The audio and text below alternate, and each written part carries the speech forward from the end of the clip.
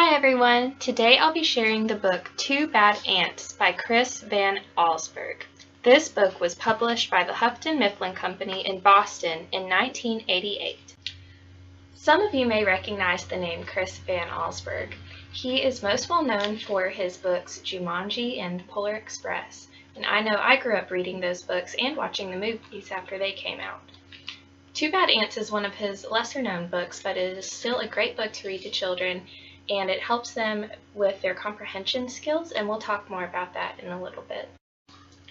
One of the unique characteristics of this book is that it's told completely from the perspective of ants.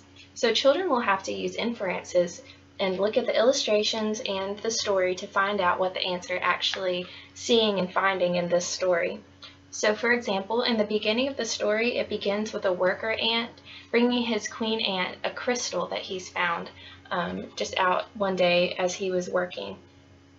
And the queen exclaims about how sweet and delicious this crystal is, and she wants the worker ants to bring her as many as they can find.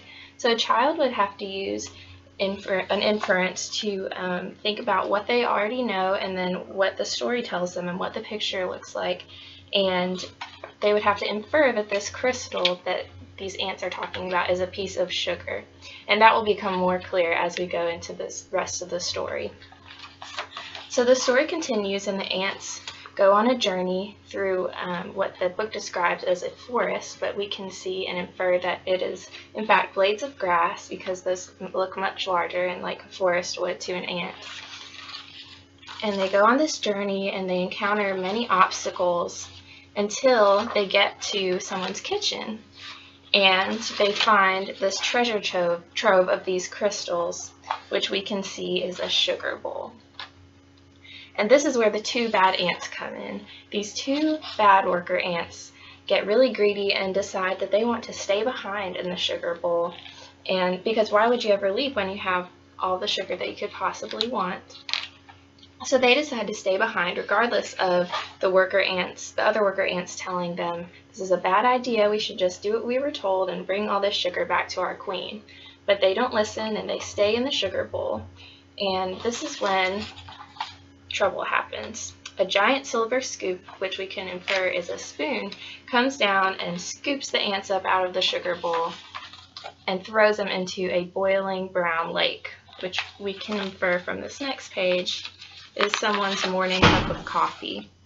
And the ants have to escape some treacherous things, and you can find out how by reading the rest of the book and seeing whether the bad ants actually make it back to their colony or if they're forever trapped in the kitchen. So this is one of my favorite books that I've read by Chris Van Allsburg, even though it's not one of his most popular books.